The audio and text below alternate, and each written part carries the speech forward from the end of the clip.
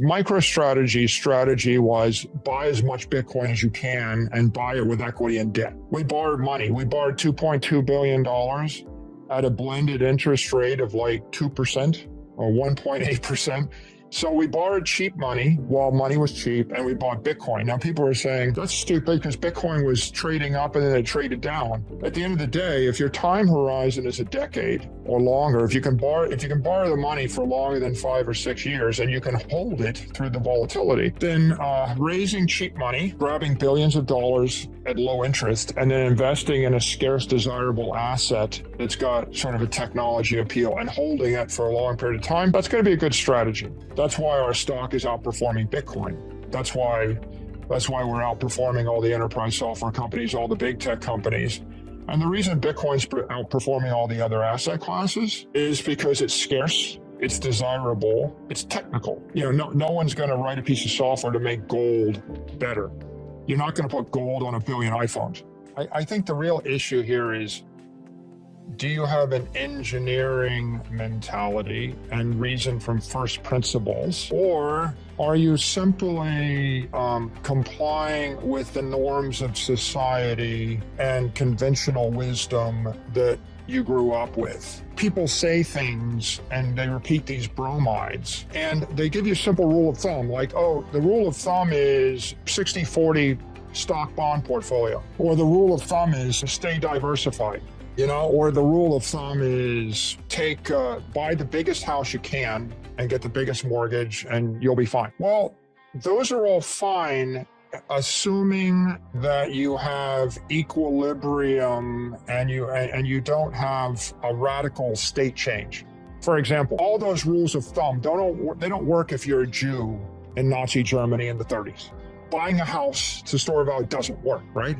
Trust the government, keep your nose clean. That doesn't work. Buying stocks, that's an interesting thing in the US when the money supply expands at 7% a year. Do you think stocks work if you bought stocks in Zimbabwe or stocks in Cuba or stocks in North Korea or stocks in Argentina or stocks fill in the blank? They don't work. What happens when the government crashes? You think stocks work in Sri Lanka? No. How does stocks work in Russia in the 90s? Well, the entire currency collapsed, the government collapsed, everybody lost everything. So diversification doesn't work when every single thing you own in your portfolio is correlated. For example, you can buy any company you want in Germany in 1944. How's your diversification gonna work? How about buy anything you want in the city I'm about to drop a nuclear bomb on? How's that gonna work, right?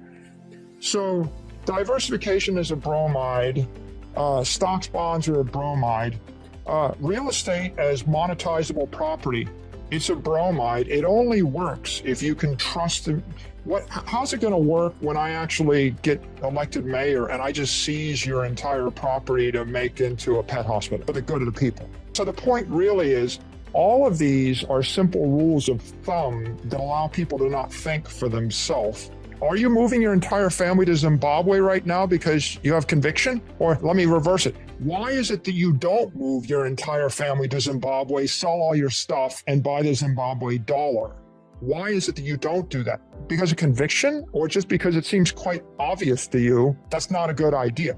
The point really is, you put on one pair of glasses, you've got one pair of AirPods right now, you're looking at me through one screen, you're using one microphone. That's a one microphone. Like, you trust it? Is that conviction? Seems kind of scary. Why don't you diversify? Why don't you use 10 microphones? The point really is, things in your life, do you drive in 10 cars at the same time or one car at one time? Do you drive down one street? Aren't you afraid that you're driving down one street? Do you take a different way? So my point really is, ultimately, if you're a rational individual, when you use knives, do you have copper knives, wooden knives, steel knives, aluminum knives, rubber band knives, diamond knives, because you're afraid to commit to the right knife? So ultimately, what I'm saying here is, an engineer would look at this and say, I use glass for my windows. I don't use aluminum for my windows because I can't see through the aluminum. People used to use wooden beams. Steel beams work better, right? I use copper for wires because electricity goes through copper better.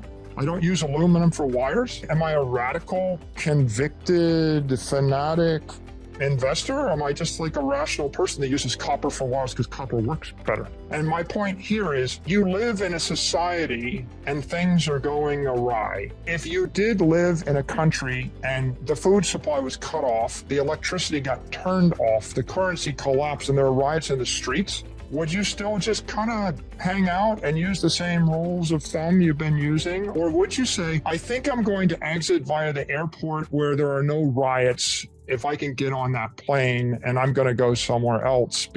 Not because I'm convicted. No, I'm just going to do it because I'm an intelligent human being, and I notice that it's getting uncomfortable where I am right now. And so that's the way I see it. It's just thinking for yourself, using reason. Your choice is, you want to hold $1 billion of property in Zimbabwe or North Korea. You want to hold $1 billion of property in LA. You want to hold $1 billion of gold in a vault. You want to hold $1 billion worth of a stock in a Chinese company, Alibaba, trading on the Shanghai Stock Exchange, subject to the Chinese government? Do you want to hold $1 billion worth of Bitcoin? What do you want to hold, right? Why do you feel that way? Once you understand money, you understand Bitcoin is engineered money, and it's engineered without defects. Once you look at your life, you realize you got a balance sheet. You got to actually allocate your wealth to portions of the balance sheet, and assumptions you used to be able to make about bonds, they don't work anymore. Assumptions you used to make about stocks, they don't work anymore. Assumptions you made about property, you own a yoga studio. I get elected mayor and I tell you point blank, I think yoga is dangerous. People should not be able to do yoga. It's an abomination in the eyes of God for the next decade. You still have the same view of your value of your yoga studio? Or are you going to say, maybe I can repurpose it to something that's politically correct? Or you say, maybe I'm just gonna sell it and go someplace where I'm less likely to get canceled, right? As a business. This is not radical conviction. We like to think the people that came to the United States were crazy, but they're not crazy. The reason they came to the US is because they were the wrong religion or the wrong ethnic group in a country that had an encroaching authoritarian government. And at some point, the Catholics decided the Protestants aren't allowed to own property or live. And at some point, the Protestants decided Catholics, they can't own property.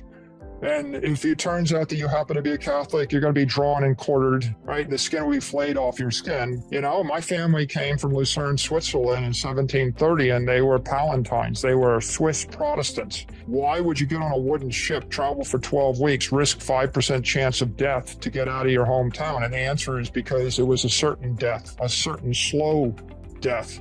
If I stuck around. That is the story of America for hundreds of years. Every sect was leaving and emigrating because the life was hopeless where they stayed. And I don't know, I call that radical conviction as much as I would just say at some point they realized that it was riskier to stand where they are than it is to move somewhere else. And if I look at Bitcoin, I'm not going to say, let me say it this way. If you're in a city in the middle of Africa taken over by a dictator who's going to murder everybody next Tuesday, I would say convert all your wealth to Bitcoin and leave. If you happen to live in Florida or Texas and you've got a comfortable life and family and you expect to be there for the next 30 years and you want to own some land, a building, a restaurant, and some Bitcoin, I say, okay, diversified portfolio, I guess that's fine for you. And if you're somewhere else where, if you're sitting in a country where the bank is about to freeze your assets and devalue them 10 to 1 and trickle them back to you over the next 20 years, I would say on the margin, yeah, you probably should convert them all to Bitcoin and get them out of a custodian, because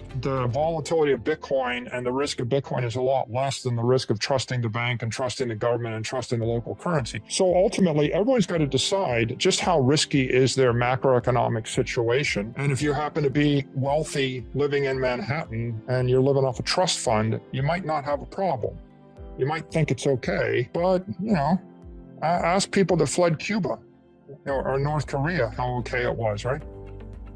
Everybody's got to make their decision. The lucky thing is you have an option. Today you have an option. 30 years ago, 40 years ago, you didn't have an option to move all of your wealth onto a crypto asset network. And what Bitcoin represents is hope. It's hope for a refugee that's going to flee a hostile regime, a hostile banking system, a hostile environment. And if you're one of the 3 or 4 billion people that has no hope otherwise, then for you, it's really a utilitarian entitlement. For people that are rich in the Western world, it's just an investment option for them until they get sensitized to this issue.